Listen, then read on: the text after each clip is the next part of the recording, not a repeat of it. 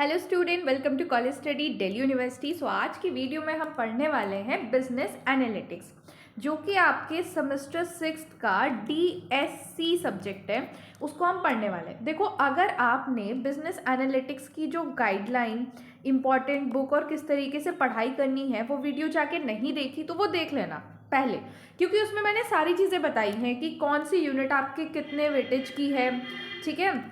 उसके अलावा कौन सी यूनिट से आपका सिर्फ थ्योरी आना है, कौन से यूनिट से सिर्फ प्रैक्टिकल आना है। तो ये चीज़ आपको पता होनी ज़रूरी है, क्योंकि अगर आपको ये चीज़ नहीं पता होगी तो फिर आप कमेंट सेक्शन में लिखोगे कि मैम आपने तो यूनिट सेकंड क्यों नहीं कराई, यूनिट थर्ड में ये टॉपिक क्यों नहीं कराया, वो क्यों नहीं कराया। अब मैंने उसमें ना प्रॉपर गाइडलाइन में सब बताया है कि कौन सा टॉपिक इंपॉर्टेंट है, कौन सा नहीं है, कौन सा छोड़ना है, कौन सा पढ़ना है। तो आपके सारे कंफ्यूजन वहाँ से दूर हो जाएंगे, ठीक है। तो चलिए शुरू करते हैं। देखो, आपका पहला टॉपिक है यूनिट 1 इंट्रोडक्शन का, डेटा एंड डेटा साइंस। अब डेटा क्या होता है ये देखो। देखो, कोई भी फैक्ट, फिगर, ऑब्जर्वेशन, सिंबल या मेजरमेंट जो हम कलेक्ट करते हैं बहुत सारी सोर्सेज से, वो सारी चीज़ें हमारी डेटा होती हैं। लाइक कोई भी फैक्ट, कुछ भी चीज़ आपको पता चली, दैट इज डेटा।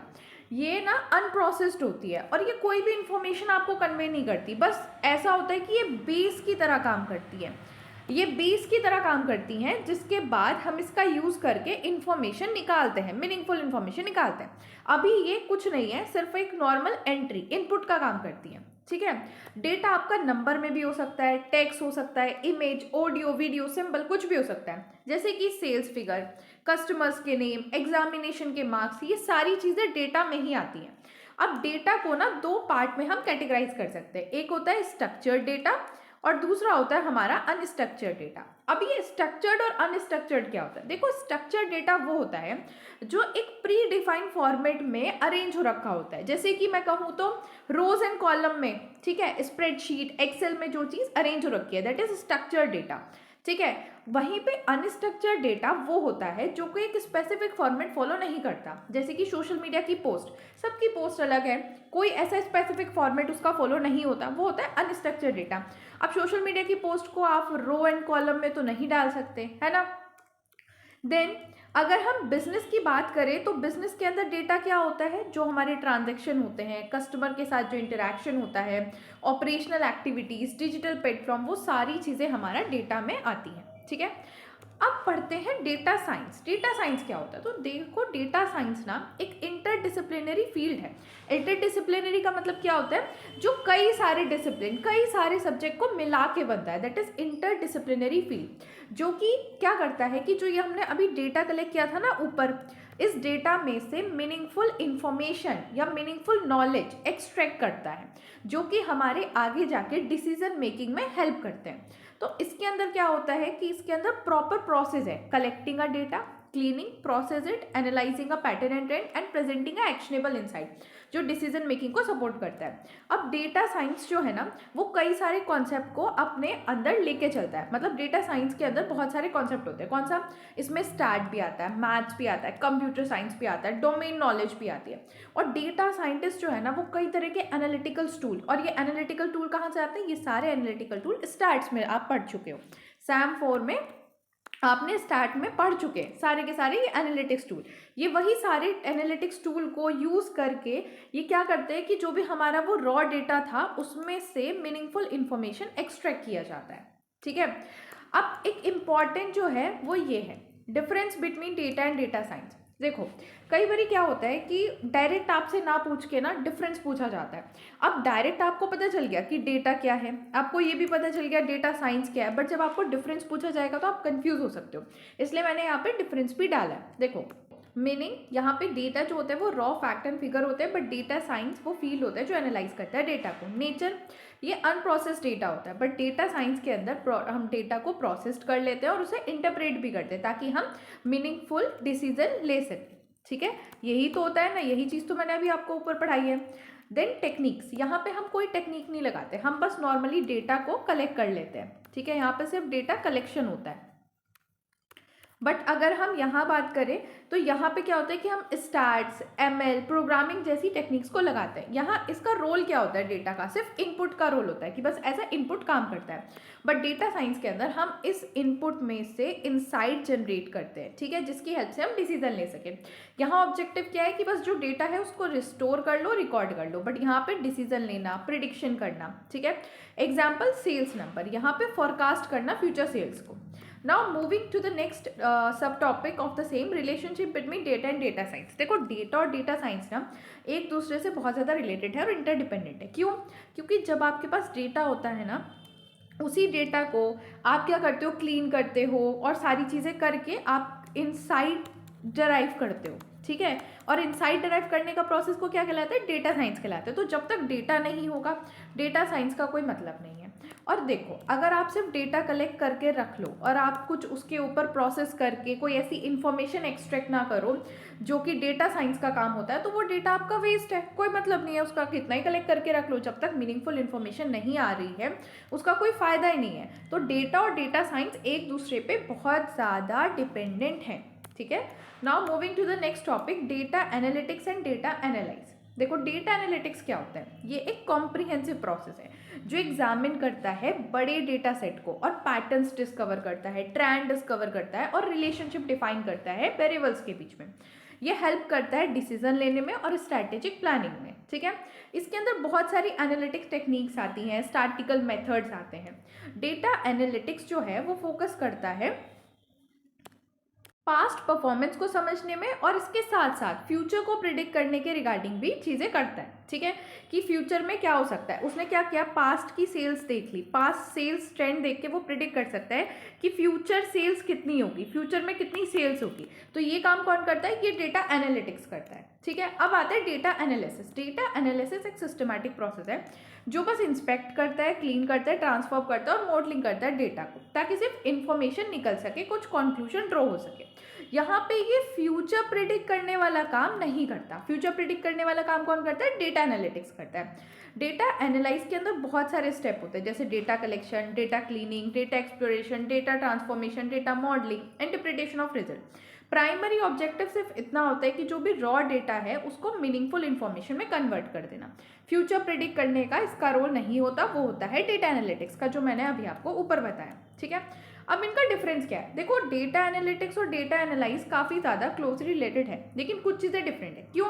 क्योंकि डेटा एनालिटिक्स ब्रॉड होता है स्कोप में। आप ऐसे लिख सकते हो कि ये बड़ा सा जो गोला है वो आपका डेटा एनालिटिक्स है, ठीक है, और इसके अंदर ये जो छोटा सा गोला है that is data analyse. I hope आपको इस चीज़ से अच्छे से समझ आ गया होगा। डेटा एनालाइज डेटा एनालिटिक्स का पार्ट है और डेटा एनालिटिक्स एक जो है ब्रॉड कॉन्सेप्ट है, ठीक है। इसके अंदर सारी चीज़ें आ जाती हैं, इसके अंदर डेटा एनालाइज भी आ जाता है, ओके। अब ये रिलेशनशिप आप पढ़ लेना, बहुत ही बेसिक मैंने टर्म्स में लिखी है। Moving to the next topic, classification of analytics. देखो एनालिटिक्स को हम 4 तरीके से क्लासीफाई करते हैं on the basis of business, ठीक है। बिजनेस एनालिटिक्स के बेसिस पे हम इसे 4 कैटेगरी में डिवाइड करते हैं। पहला descriptive, diagnostic, predictive and prescriptive. अब एक एक करके ना डिटेल में इसको समझ लेते हैं। Descriptive analytics. डिस्क्रिप्टिव एनालिटिक्स ना आपको ये बताता है कि क्या हुआ है, व्हाट हैज़ हैपेंड। जब आपको कोई भी चीज़ ये चीज़ बता रही हो कि क्या हो चुका है पास्ट में, तो मतलब वो डिस्क्रिप्टिव एनालिटिक्स है। डिस्क्रिप्टिव एनालिटिक्स बस समराइज करता है और इंटरप्रेट करता है हिस्टोरिकल डेटा को कि क्या हो चुका है पास्ट में, बस ये आपको समझाता है। पास्ट की क्लियर पिक्चर आपको ये बताता है पूरी डिफाइन करके, ठीक है। ये होता है हमारा डिस्क्रिप्टिव एनालिटिक्स। अब आता है डायग्नोस्टिक एनालिसिस। डायग्नोस्टिक एनालिसिस आपके वाई का आंसर देता है, मतलब ऊपर जो हुआ है वो क्यों हुआ है वो चीज़ डायग्नोस्टिक एनालिटिक्स बताता है। ये रीज़न आपको बताता है कि ऊपर जो ये काम हुआ है पास्ट में वो क्यों हुआ है, ठीक है। इसका एम होता है आइडेंटिफाई करना वो फैक्टर जिसकी वजह से पहला का ऊपर का जो ट्रेंड हमने देखा है, वो ऑब्जर्व जो किया है वो किस वजह से हुआ, वो फैक्टर्स कौन कौन से थे, उन चीज़ को ये डिफाइन करता है, ठीक है। डायग्नोस्टिक एनालिटिक्स आंसर करता है व्हाई समथिंग हैपेंड का, ठीक है। अब देखो प्रिडिक्टिव एनालिटिक्स क्या करता है, पास्ट का सारा डेटा देख के उसको एनालाइज करके कि क्या रीज़न था वो चीज़ होने का, ये फ्यूचर को प्रिडिक्ट करता है कि फ्यूचर में क्या होने वाला है। मान लो पास्ट की जो पूरी सेल्स थी ना वो इसने देख ली, पूरा ट्रेंड देख लिया, तो ये प्रिडिक्ट कर सकता है कि फ्यूचर में कितनी सेल्स होंगी एक बिजनेस की। That is predictive analytics. Predictive analytics ये करता है, it focus on forecasting future outcome based on historical data and identify the pattern. अब आता है प्रिस्क्रिप्टिव एनालिटिक्स। ये क्या बताता है, ये आपको सजेस्ट करता है बेस्ट पॉसिबल एक्शन जो आप ले सकते हो अपने डिजायर ऑब्जेक्टिव को अचीव करने के लिए। ये आपको आंसर करता है इस क्वेश्चन का कि व्हाट शुड बी डन। अब आपको पता है कि फ्यूचर में क्या होने वाला है क्योंकि प्रिडिक्टिव एनालिटिक्स ने आपको बता दिया, लेकिन फ्यूचर में आपको क्या होने वाला है ये तो आपको पता चल गया। बट अब आपको अगर फ्यूचर में मान लो प्रिडिक्ट किया है कि 5,000 की सेल्स होगी बट आपको सेल्स चाहिए 10,000 की, तो प्रिस्क्रिप्टिव एनालिटिक्स आपको ये बताएगा कि किस तरीके से आप 5,000 की जगह 10,000 की सेल्स कर सकते हो, what you should do to achieve your objective. ठीक है, आई होप आपको ये चीज़ क्लियर हो गई होगी। Moving ahead, application of analytics in business. देखो क्या एप्लीकेशन है, किस तरीके से जो एनालिटिक्स है ये डेटा एनालिटिक्स वो बिजनेस में हेल्प करता है। तो सबसे पहले कस्टमर की जो प्रीफरेंस है उसको एनालाइज करता है और उसके साथ रिलेशनशिप मैनेजमेंट में हेल्प करता है। देखो one of the most important application जो है एनालिटिक्स का वो ये है कि कस्टमर के बिहेवियर को समझा जा सकता है और उसकी प्रीफरेंस को समझा जा सकता है। अब आपने इसको एक एग्जाम्पल से समझो, जैसे कि अगर फ्लिपकार्ट खोलते हो, ठीक है, फ्लिपकार्ट पे आपने अगर कोई एक प्रोडक्ट सेलेक्ट कर लिया तो वो आपको आपकी चॉइस के बेसिस पे दूसरे प्रोडक्ट रिकमेंडेट करने लगता है, रिकमेंडेशन देने लगता है कि आप ये वाला प्रोडक्ट ले लो, ये वाला प्रोडक्ट ले लो। तो वो क्या है, वो डेटा को एनालाइज करके रियल टाइम में कस्टमर के बिहेवियर को एनालाइज करके उसको चीज़ें सजेस्ट कर रहा है। तो ये चीज़ बिजनेस को बूस्टअप करने में हेल्प करती है क्योंकि आपको दिखता है कि अरे ये वाला प्रोडक्ट भी तो मुझे चाहिए था, मैं ये खरीद लेता हूँ। ठीक है, तो ये क्या करता है, by analysing a customer data such as purchase history, browsing pattern, feedback, demographic information, business can segment customer into different group. Business जो है अपने कस्टमर को डिफरेंट सेगमेंट में भी क्रिएट कर सकता है और उनकी अपनी परचेसेस भी बढ़ा सकता है। Then marketing and sales analytics. देखो एनालिटिक्स जो है उसको यूज किया जाता है मार्केटिंग और सेल्स फंक्शन में। कैसे सेल्स फंक्शन में, मैंने अभी आपको बताया कि सेल्स को फोरकास्ट करने के लिए इसका यूज किया जाता है एनालिटिक्स में। और मार्केटिंग में कैसे किया जाता है, मार्केटिंग में क्या होता है कि एडवर्टाइजमेंट की परफॉर्मेंस को मेजर करने के लिए, कस्टमर के रिस्पॉन्स को, सेल्स ट्रेंड को देखने के लिए इसका यूज किया जाता है बिजनेस के अंदर। Then next is financial planning and risk management. Finance के अंदर एनालिटिक्स का यूज करके budgeting, forecasting, financial performance evolution करा जाता है। हिस्टोरिकल फाइनेंशियल डेटा को एनालाइज किया जाता है। बिजनेस जो है अपना रेवेन्यू फॉरकास्ट करता है, मतलब हिस्टोरिकल डेटा देख लिया उसके बाद वो क्या करता है, ये फोरकास्ट करते हैं कि मतलब कितना मेरा फ्यूचर में रेवेन्यू हो सकता है और कैसे मैं अपनी कॉस्ट को कंट्रोल कर सकता हूँ, प्रॉफिट को इंप्रूव कर सकता हूँ। तो ये सारा काम जो है डेटा एनालिटिक्स, फाइनेंशियल प्लानिंग और रिस्क मैनेजमेंट में करता है। Then operational and supply chain management. Analytics को बहुत ज़्यादा यूज़ किया जाता है ऑपरेशनल और सप्लाई चेन मैनेजमेंट में क्योंकि ये इंप्रूव करता है एफिशिएंसी को और कॉस्ट को रिड्यूस करता है। बिजनेस एनालिटिक्स का यूज़ करके अपना इन्वेंट्री लेवल को ऑप्टिमाइज करता है। अब इन्वेंट्री लेवल को ऑप्टिमाइज करने का मतलब क्या है कि एक्स्ट्रा भी इन्वेंट्री ना हो, क्योंकि एक्स्ट्रा इन्वेंट्री होगी, आपने एक्स्ट्रा सामान परचेस करके रख लिया तो आपकी फालतू की कॉस्ट आएगी उस सामान को अच्छे से रखने में, वो ख़राब ना हो जाए। ठीक है, लेकिन बिल्कुल कम भी ना हो, क्योंकि अगर आपकी इन्वेंट्री ख़त्म हो गई तो आप कस्टमर की जो डिमांड है उसको कैसे मीट करोगे। मान लो कस्टमर की डिमांड आई और आपके पास इन्वेंट्री खत्म हो गई तो बहुत ही घटिया इंप्रेशन जाएगा। तो इसी को कहते हैं इन्वेंट्री ऑप्टिमाइज करना, कि ना तो ज़्यादा कम हो ना बहुत ज़्यादा हो। देन डिमांड को फोरकास्ट करते हैं कि कितनी डिमांड हो सकती है। मैनेज करता है सप्लायर्स के साथ रिलेशनशिप की, हाँ ठीक है मेरी जो पूरी सप्लाई है इन्वेंट्रीज की, रॉ मटेरियल की, वो टाइम से आ जाए। Then human resource management. Human resource management में क्या होता है कि एनालिटिक्स का यूज़ करके work force planning, recruitment, performance evolution, employ retention, ये सब किया जा सकता है बहुत ही आसानी से। एम्प्लॉय के डेटा को एनालाइज करके जैसे परफॉर्मेंस रिकॉर्ड, अटेंडेंस, इंगेजमेंट सर्वे, ऑर्गेनाइजेशन आइडेंटिफाई कर सकती है वो सारे फैक्टर जो जॉब सेटिस्फेक्शन और प्रोडक्टिविटी पे अफेक्ट करते हैं। ठीक है, तो ये जो एनालिटिक्स है वो हेल्प करता है ह्यूमन रिसोर्स मैनेजर को कि वो एक इन्फॉर्म डिसीजन ले सके हायरिंग, ट्रेनिंग और टैलेंट डेवलपमेंट के लिए। Then product development and innovation. जो एनालिटिक्स है वो सपोर्ट करता है एक नए प्रोडक्ट को डेवलप करने में। कैसे, मार्केट के ट्रेंड को एनालाइज कर लेगा, कस्टमर का फीडबैक लेके, कॉम्पिटिटर्स के डेटा को लेके। अब मैंने देख लिया है कि मार्केट में क्या ट्रेंड चल रहा है, जो यूथ है उसे कौन से प्रोडक्ट की डिमांड है, तो मैं वही प्रोडक्ट बनाऊंगी, है ना।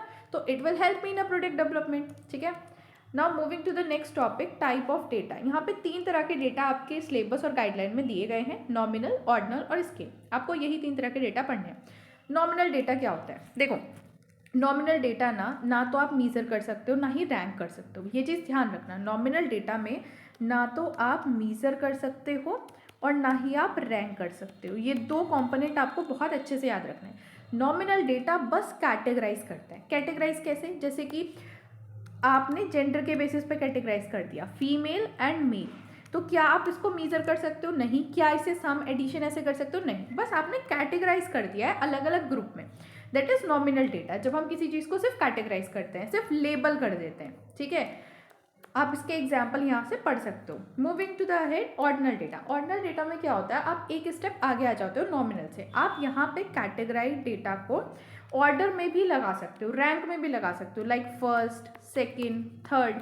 आप रैंक भी कर सकते हो, ठीक है। ऊपर क्या आप रैंक कर सकते थे? नहीं, कि ये फर्स्ट फीमेल है, सेकंड नहीं कर सकते थे, बस आपने कैटेगराइज कर दिया। बट यहाँ पे आप कैटेगराइज के साथ साथ रैंक भी कर सकते हो, ऑर्डर में भी लगा सकते हो डेटा को, ठीक है। जैसे example of ordinal data include customer का सेटिस्फेक्शन। आप उसे कैटेगराइज कर सकते हो, पुअर, एवरेज, गुड, एक्सीलेंट। आपको पता है कि excellent is better than good and good is better than average, आपको पता ही है। तो आप इसे क्या कर रहे हो कि आप एक ऑर्डर में लगा सकते हो। वैसे एजुकेशनल क्वालिफिकेशन को high school, under grade, post grade आप लगा सकते हो उसे, ठीक है। Now moving to the scale data. Scale data क्या होता है? ये न्यूमेरिकल डेटा होता है जिसको आप मीजर कर सकते हो एक स्केल पे। एक मीनिंगफुल मैथमेटिकल ऑपरेशन भी आप सारे इस पे परफॉर्म कर सकते हो। इसके अंदर इंटरवल और रेशो डेटा दोनों ही इंक्लूड होते हैं और ये रिप्रेजेंट करता है क्वांटिटेटिव इन्फॉर्मेशन को। ऊपर वाला डेटा सिर्फ क्वालिटेटिव को कर रहा था, ये आपको आंसर करता है क्वेश्चन जैसे कितना है, ठीक है, ये सारे क्वेश्चंस को। जैसे कि आप सेल्स, रेवेन्यू, प्रॉफिट, इन सबको ले सकते हो। अब ना एक बार इन सबका कंपैरिजन देख लेते हैं, बिकॉज कई बार डिफरेंस ही पूछा गया है पिछले पेपर्स में, तो मैं डिफरेंस पे ज़्यादा ध्यान दे रही हूँ और आप भी डिफरेंस को अच्छे से याद करके जाना। क्योंकि अगर आप डिफरेंस याद कर लिया ना आपने, तो डेफिनेशन तो लिख ही आओगे, क्योंकि पहला ही डिफरेंस मीनिंग डेफिनेशन ही है। तो देखो, नॉमिनल डेटा में डेटा को हम क्लासीफाई करते हैं कैटेगरी में without an order. Ordinal data में हम क्लासीफाइड करते हैं कैटेगरी में लेकिन एक मीनिंगफुल ऑर्डर में। बट स्केल डेटा के अंदर हमारा न्यूमेरिकल डेटा होता है जिसे हम स्केल पे मेजर कर सकते हैं। यहाँ पे डेटा क्वालिटेटिव होता है, यहाँ पे भी क्वालिटेटिव होता है, लेकिन यहाँ पे क्वांटिटेटिव होता है। ऑर्डर और रैंक, यहाँ पे कोई ऑर्डर नहीं होता, यहाँ पे ऑर्डर होता है, यहाँ पे भी ऑर्डर होता है। मेजरमेंट, हम इसे सिर्फ आइडेंटिफाई कर सकते हैं, ऐसे मीजर नहीं कर सकते। यहाँ पे हम सिर्फ रैंक कर सकते हैं, बट यहाँ पे हम बहुत प्रिसाइसली मीजर कर सकते हैं। डिफरेंस बिटवीन वैल्यू, यहाँ पे हम कोई भी वैल्यू डिफरेंस मीजर नहीं कर सकते। वैल्यू डिफरेंस मतलब अगर मैं यहाँ पे 2 वैल्यू लिखती हूँ 10 एंड 20, तो आपको पता है ना 20 और 10 के बीच में 10 का डिफरेंस है, ठीक है। लेकिन अगर मैं सिर्फ एक कैटेगरी लिख रही हूँ फीमेल और मेल, क्या आपको पता है कितने का डिफरेंस है? नहीं हो सकता, बिकॉज सिर्फ लेबल दी जा रही है। तो you can not measure the value, you can not measure the value, same here, लेकिन स्केल में आप मीजर कर सकते हो, ठीक है। इसके अलावा मैथमेटिकल ऑपरेशन यहाँ पॉसिबल नहीं है, यहाँ बहुत ही कम पॉसिबल है, सिर्फ आप कंपैरिजन कर सकते हो। बट यहाँ पे आप सारे अर्थमेटिक ऑपरेशन कर सकते हो। सेंट्रल टेंडेंसी, यहाँ पे आप सिर्फ मोड डिटरमाइन कर सकते हो, यहाँ मीडियन और मोड डिटरमाइन कर सकते हो, लेकिन यहाँ पे तो आप मीन, मीडियन, मोड तीनों डिटरमाइन कर सकते हो। Now moving to the next topic, big data and its characteristic. अब देखो बिग डेटा क्या होता है। देखो जैसा इसका नाम है वैसा इसका मीनिंग है। बिग मतलब बड़ा, तो वही होता है। बिग डेटा मतलब एक्सट्रीमली लार्ज और कॉम्प्लेक्स डेटा सेट जो बहुत ही हाई स्पीड पे जनरेट होता है मल्टीपल फॉर्मेट में। कोई एक इसका डिफाइंड फॉर्मेट नहीं होता, मल्टीपल फॉर्मेट में। अब आप इस डेटा को ना ऐसे समझ सकते हो जैसे सोशल मीडिया पे जो डेटा आता है ना आपका, ठीक है। अब आप देख सकते हो 1 मिनट में कितनी सारी पोस्ट होती है ऑल ओवर द वर्ल्ड। अगर मैं देखूँ तो, या इंडिया में ही देख लो कितनी सारी पोस्ट होंगी 1 मिनट में। तो वो पूरा अगर डेटा कैप्चर किया जाएगा दैट इज़ बिग डेटा। और बहुत ही स्पीड में ये डेटा आएगा और बहुत ज़्यादा बड़ा होगा और कोई एक डिफाइंड फॉर्मेट नहीं होता। कोई कैसी पोस्ट करता है, कोई कैसी पोस्ट करता है, ठीक है। इसको डिफ़िकल्ट है स्टोर करना, मैनेज करना और एनालाइज करना भी ट्रेडिशनल डेटा प्रोसेसिंग टेक्निक से, क्योंकि ये डेटा इतना बड़ा होता है और इतनी हाई स्पीड में आते हैं कि आप ट्रेडिशनल टेक्निक से इसे मैनेज नहीं कर सकते। मॉडर्न डिजिटल इन्वायरमेंट में डेटा जो है वो कंटिन्यूसली प्रोड्यूस होता है वेरियस सोर्सेज से, like business transaction, social media platform, mobile device, sensor, online application, internet of the thing system. और ये जो रैपिड ग्रोथ है ना वॉल्यूम में और कॉम्प्लिसिटी में डेटा की, इसी की वजह से बिग डेटा टेक्नोलॉजी और एनालिटिक्स का इमरजेंस हुआ है। इसीलिए ये सारी चीज़ें आई हैं, बिग डेटा की टेक्नोलॉजी और एनालिटिक्स, क्योंकि डेटा बहुत ज़्यादा वॉल्यूम में और कॉम्प्लेक्स डेटा आ रखा है। और बिग डेटा एनालिटिक्स और टेक्नोलॉजी की हेल्प से ही ऑर्गेनाइजेशन इस डेटा को प्रोसेस कर पाती है और एनालाइज कर पाती है रियल टाइम में। ठीक है, ये जो तुम्हारी फ्लिपकार्ट की तुम एक चीज़ पे क्लिक करते हो और तुम्हें दूसरी चीज़ें सजेशन में आती है ना, ये रियल टाइम एनालिसिस होता है। और ये काफ़ी मतलब तुम इसे ही कंसिडर कर सकते हो बिग डेटा, क्योंकि ये रियल टाइम एनालिसिस बहुत स्पीड में होता है, बहुत ज़्यादा वॉल्यूम में होता है और इसकी कॉम्प्लेक्सिटी बहुत ही लार्ज रहती है। अब बिग डेटा की ना मैंने प्रॉपर ये डेफिनेशन यहाँ पे दे दी है, आपको ऊपर समझा दिया गया है। अब आप इस डेफिनेशन को याद कर लेना, समझ लेना, बाकी वही चीज़ है जो ऊपर लिखी गई है। अब आती है करेक्टरिस्टिक ऑफ बिग डेटा। देखो 5 करेक्टरिस्टिक है बिग डेटा की, जिसे आप 5 V's कहते हो। ठीक है, मैंने यहाँ पे ये इमेज अटैच करी है समझाने के लिए। पहली वॉल्यूम, वेराइटी, ठीक है, वेलोसिटी, वेरासिटी एंड वैल्यू। ठीक है, ये 5 V होती हैं। अब ना जरा डिटेल में पढ़ लेते हैं। वॉल्यूम क्या होती है? वॉल्यूम का मतलब होता है कि जो भी डेटा आता है, जो डेटा जनरेट होता है, वो बहुत ही लार्ज अमाउंट में आता है और उसको स्टोर करना जो है वो पुराने जो ट्रेडिशनल डिवाइस है ना, उनसे स्टोर हो ही नहीं सकता। बिग डेटा इतना बड़ा होता है कि जैसे मान लो टेराबाइट या पेटाबाइट या फिर एक्साबाइट में इसको स्टोर करना पड़ता है। ये डेटा प्रोड्यूस होता है बहुत सारी सोर्सेज से, जैसे social media interaction, online transaction, sensor data, multiple content से। ठीक है, नाउ वेलोसिटी मतलब होती है स्पीड। ये जो डेटा जनरेट होता है ना, वो बहुत ज़्यादा स्पीड से होता है, बहुत ज़्यादा स्पीड से। इसको प्रोसेस भी उतनी ही स्पीड से और एनालाइज भी उतनी ही स्पीड से करना होता है। बिग डेटा एनवायरनमेंट के अंदर अगर डेटा जो है वो प्रोड्यूस हो रहा है कंटिन्यूसली, और इसको रियल टाइम में ही प्रोसेस करना पड़ता है। अगर आप थोड़े से भी देर हुए डेटा को प्रोसेस करने के लिए, तो हो सकता है कि वो डेटा आपके लिए मीनिंगफुल ही ना रहे, वो बस ख़राब हो जाए, कोई फ़ायदा ही नहीं है उसका। जैसे कि मार्केट चेंज का डेटा, या फिर फ्रॉड डिटेक्ट करने के टाइम पे, या रियल टाइम रिकमेंडेशन प्रोवाइड करने के टाइम पे, जैसे फ्लिपकार्ट करता है या फिर आपका अमेजोन वगैरह करता है। अगर थोड़ा सा भी देर हो जाए तो फिर आप तो फ़ोन बंद करके चले जाओगे। ठीक है, तो इसकी वेलोसिटी बहुत ज़्यादा होती है। देन वैरायटी का मतलब डिफरेंट फॉर्म में ये डेटा आता है। बिग डेटा के अंदर कई सारी फॉर्म होती है, स्ट्रक्चर्ड, सेमी स्ट्रक्चर्ड, अनस्ट्रक्चर्ड। जो स्ट्रक्चर्ड डेटा होता है वो एक ऑर्गेनाइज होता है फिक्स्ड फॉर्मेट में, जैसे टेबल या डेटा सेट। लेकिन जो सेमी स्ट्रक्चर्ड डेटा होता है उसके अंदर फॉर्मेट होता है GSON फाइल या XML file. But unstructured data है, जैसे कि तुम्हारी images, video, audio file, social media post, ये सारी जो है वो सिर्फ टेक्स्ट डॉक्यूमेंट में आती है। ये सारी चीज़ें जो है ना वो अनस्ट्रक्चर्ड फॉर्मेट में होती है और ये कहीं पे भी ऐसे स्टोर नहीं हो सकती।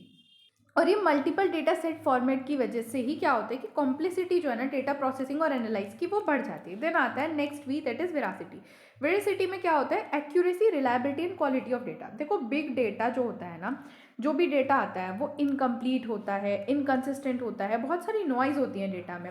अगर ये सारी चीज़ों को प्रॉपर मैनेज ना किया जाए तो जो क्वालिटी है एनालाइज की वो ख़राब हो जाएगी, और एनालाइज की क्वालिटी ख़राब हुई तो डिसीजन मेकिंग भी गलत होगा आपका। ठीक है, देन वैल्यू का मतलब होता है यूजफुलनेस एंड बिजनेस बेनिफिट, जो हम डेराइव कर पा रहे हैं एनालाइज करके बिग डेटा को।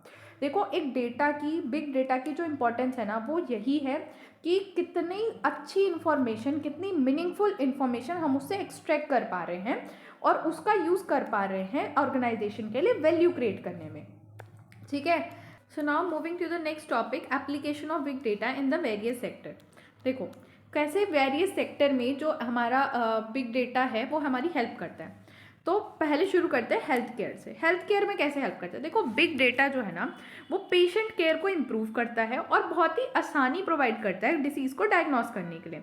कैसे? पेशेंट की पूरी मेडिकल रिकॉर्ड को, लेबोरेटरी रिपोर्ट को, जेनेटिक इन्फॉर्मेशन, सारी चीज़ों को देखकर ये जो है वो प्रिडिक्ट करता है कि कौन से डिसीज़ का रिस्क हो सकता है और पर्सनलाइज ट्रीटमेंट जो है वो रिकमेंडेट करता है। Then retailer and e commerce. Retailer और ई कॉमर्स में क्या करते हैं? कंपनी बिग डेटा का यूज़ करती है कस्टमर के बिहेवियर और प्रीफरेंस को समझने के लिए। जैसे कि यहाँ पे आप फ्लिपकार्ट का और अमेजोन का एग्जाम्पल ले सकते हो। वो रिटेल और ई कॉमर्स कंपनीज तो है ना, तो वो आपके डेटा को देखती है कि आपने पहले क्या परचेस करा, थोड़ी देर पहले आपने क्या सर्च करा था। ठीक है, ये एनालाइज करती हैं आपकी परचेस हिस्ट्री को, ब्राउजिंग हिस्ट्री को, फीडबैक को, और पर्सनलाइज प्रोडक्ट रिकमेंडेशन प्रोवाइड करती हैं। ठीक है, then banking and financial service. देखो bank and finance big data का यूज़ करके फ्रॉड को डिटेक्ट करते हैं, रिस्क को मैनेज करते हैं और कस्टमर रिलेशनशिप मैनेजमेंट करते हैं। देन मैन्युफैक्चरिंग इंडस्ट्री क्या करती है? बिग डेटा का यूज़ करके अपनी प्रोडक्शन एफिशिएंसी को इंक्रीज करती हैं और ऑपरेशनल कॉस्ट को कम करती हैं। जैसे कि मशीन, सेंसर और प्रोडक्शन लाइन को एनालाइज करके डेटा कलेक्ट किया जा सकता है और उस डेटा को एनालाइज करके ये प्रिडिक्ट किया जा सकता है कि इक्विपमेंट कब फेल होगा, कब हमें उसकी प्रिवेंटिव मेंटेनेंस करानी है, ठीक है। देन ट्रांसपोर्टेशन एंड लॉजिस्टिक, देखो बिग डेटा का बहुत ज़्यादा इंपॉर्टेंट रोल है ट्रांसपोर्टेशन और लॉजिस्टिक में। कैसे? ये ट्रैफिक के पैटर्न को, रूट की इंफॉर्मेशन, डिलीवरी शेड्यूल का यूज़ करके ये पता कर सकते हैं कि हमें कौन सा रूट लेना है, किस तरीके से अपना फ्यूल की कंजम्पशन कम करनी है और कैसे अपने डिलीवरी टाइम को इम्प्रूव करना है। देन मीडिया एंड एंटरटेनमेंट, देखो मीडिया एंड एंटरटेनमेंट क्या करती है, बिग डेटा को एनालाइज करती है। कैसे? कि आपने नेटफ्लिक्स का एग्जांपल ले लो, आपने नेटफ्लिक्स पे कैसी आप सीरीज़ देख रहे हो, आप कॉमेडी मूवीज़ देख रहे हो या थ्रिल देख रहे हो, उसका यूज़ करके ही वो आपको सजेशन देती है कि आप नेक्स्ट मूवी ये देख सकते हो, नेक्स्ट वेब सीरीज़ आप ये देख सकते हो, ठीक है। तो रिकमेंडेशन आपको देती है based on content consumption. Then education, educational platform भी बिग डेटा का यूज़ करते हैं स्टूडेंट की परफॉर्मेंस को एनालाइज करने के लिए और उसके लर्निंग बिहेवियर को समझने के लिए। जैसे कि आपने क्विज दिया, ठीक है, क्विज देने के बाद आपका कौन सा टॉपिक जो था वो वीक था, उसके बेसिस पे ही आपको नेक्स्ट वीडियो सजेस्ट करी जाएंगी या आपका काउंसलर उसी बेसिस पे बताएगा कि आप जो क्विज दिया, हमने आपका पैटर्न देखा है कि आपने पिछले 7 क्विज में कैसा परफॉर्म किया या कहाँ आप लैग कर रहे हो। तो एजुकेशनल प्लेटफॉर्म भी बिग डेटा का यूज़ करते हैं। Now moving to the last topic, challenges in data analytics. Data को एनालाइज करने में, एनालिटिक्स में क्या क्या चैलेंजेस होते हैं। तो यहाँ पे मैंने इमेज अटैच कर दी है, but let move to the content, detail में पढ़ा देती हूँ, ठीक है। पहला, पुअर डेटा क्वालिटी। जो सबसे इंपॉर्टेंट चैलेंज है ना वो ये है कि जो डेटा की क्वालिटी है, अगर वो ख़राब है, मान लो आपने डेटा कलेक्ट किया मल्टीपल सोर्सेज से, वो इनकम्प्लीट था, इनएक्यूरेट था, इनकन्सिस्टेंट था, जिसकी वजह से क्या हुआ कि एरर हो गई, मिसलीडिंग एनालाइज हो गया, तो आपका जो कंक्लूजन होगा ना वो भी इनकरेक्ट होगा और आप जो डिसीजन लोगे वो भी आपका डिसीजन गलत ही होगा, ठीक है।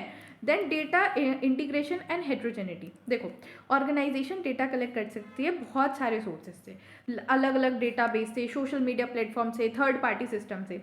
ये जो डेटा सोर्स होते हैं इनका फॉर्मेट, स्ट्रक्चर और स्टैंडर्ड सब अलग अलग होता है और इन सारे अलग अलग स्टैंडर्ड फॉर्मेट के डेटा को एक साथ मिला के, यूनिफाइड करके और उसको एनालाइज करना बहुत ज़्यादा कॉम्प्लेक्स है और टाइम कंज्यूमिंग है। Then handling a large volume of data, मैंने तुम्हें बताया कि जो बिग डेटा होता है उसकी वॉल्यूम बहुत ज़्यादा होती है, बहुत ज़्यादा वॉल्यूम, बहुत ज़्यादा अमाउंट में डेटा कलेक्ट होता है, ठीक है।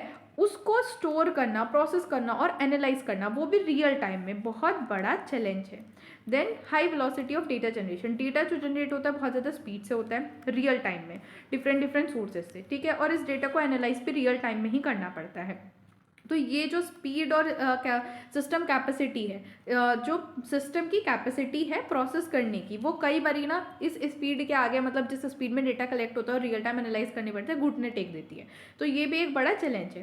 Then data security and privacy issue, देखो डेटा एनालाइज में बहुत ज़्यादा हमें सेंसिटिव और confidential information related to customer, employ, business organisation handle करनी पड़ती है, लेकिन हैंडल करने के साथ साथ इस डेटा को प्रोटेक्ट भी तो करना पड़ता है अनऑथराइज सोर्स से, ठीक है, ब्रीच से, मिसयूज़। ये एक बड़ा चैलेंज है क्योंकि अगर इतना कॉन्फिडेंशियल डेटा जो कस्टमर का है वो गलत हाथों में चला गया तो फिर बहुत दिक्कत हो जाएगी। तो इसका मतलब प्राइवेसी इशू भी बहुत ज़्यादा रहता है।